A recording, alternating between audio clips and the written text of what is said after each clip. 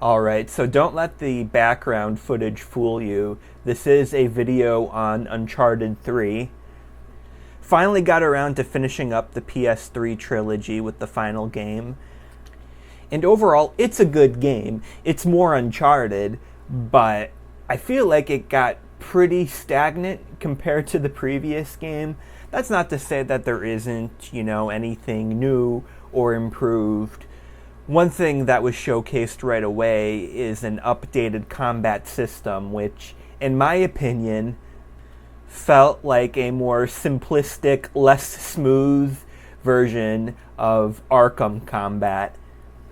They did have some cool cinematic-y counterattacks that you can use using the environment around you, but that was only really used in the first fight and maybe one other fight later on. At least that's what I was able to trigger. But you can tell, because there's definitely areas every now and again where they sort of force you into hand-to-hand combat, which is something I don't really remember happening with the other two games.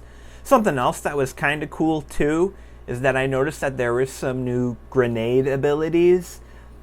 Like, you can now throw a grenade back at an enemy, which is pretty cool. I wasn't very good at it. I think I was able to only do it one other time than the initial tutorial with it.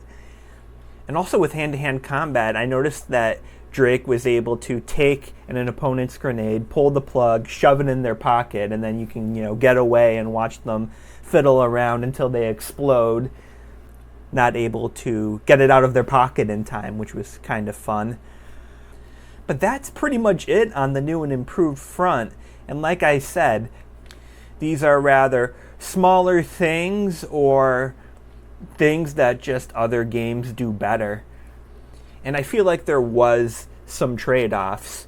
One thing I really liked with the first two games was the in-game shop. It made collecting the different treasures worth it, or achievement hunting, because you got currency and you can use it on different modifiers, spawn different weapons, have different wacky costumes.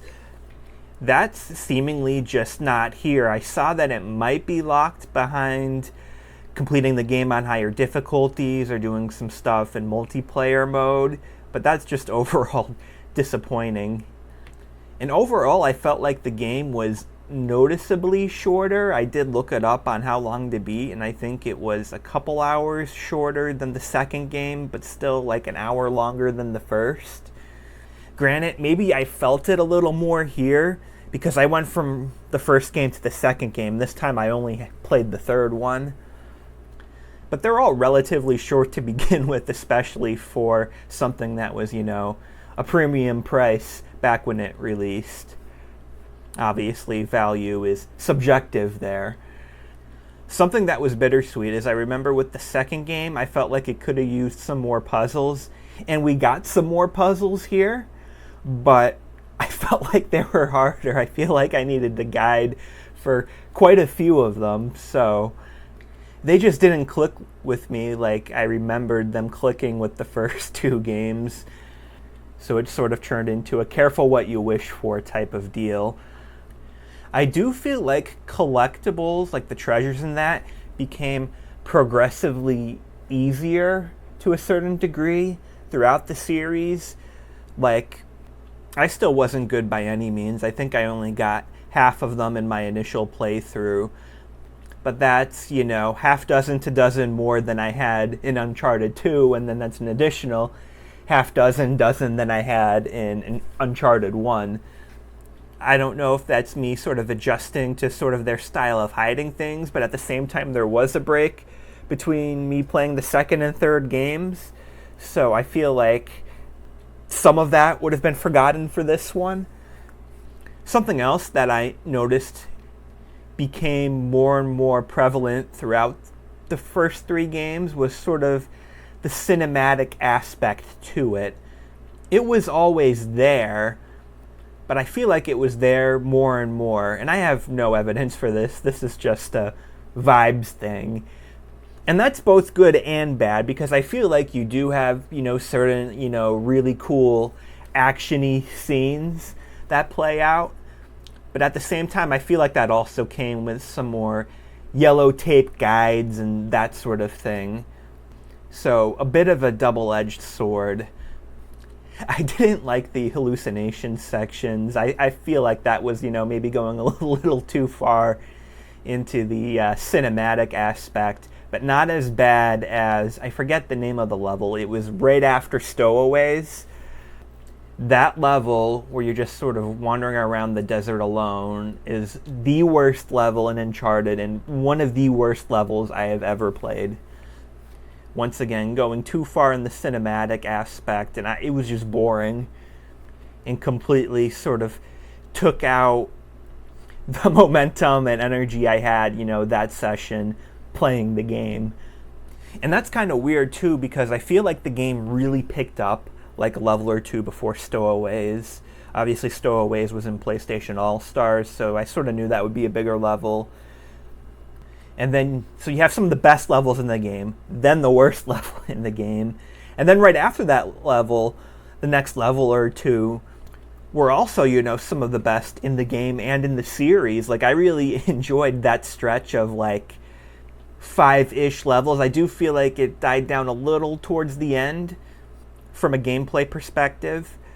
It wasn't as strong, but to just sort of have this level right in the middle of it was very odd, but I guess, seeing the hype before the low does kind of keep you going if you're on edge.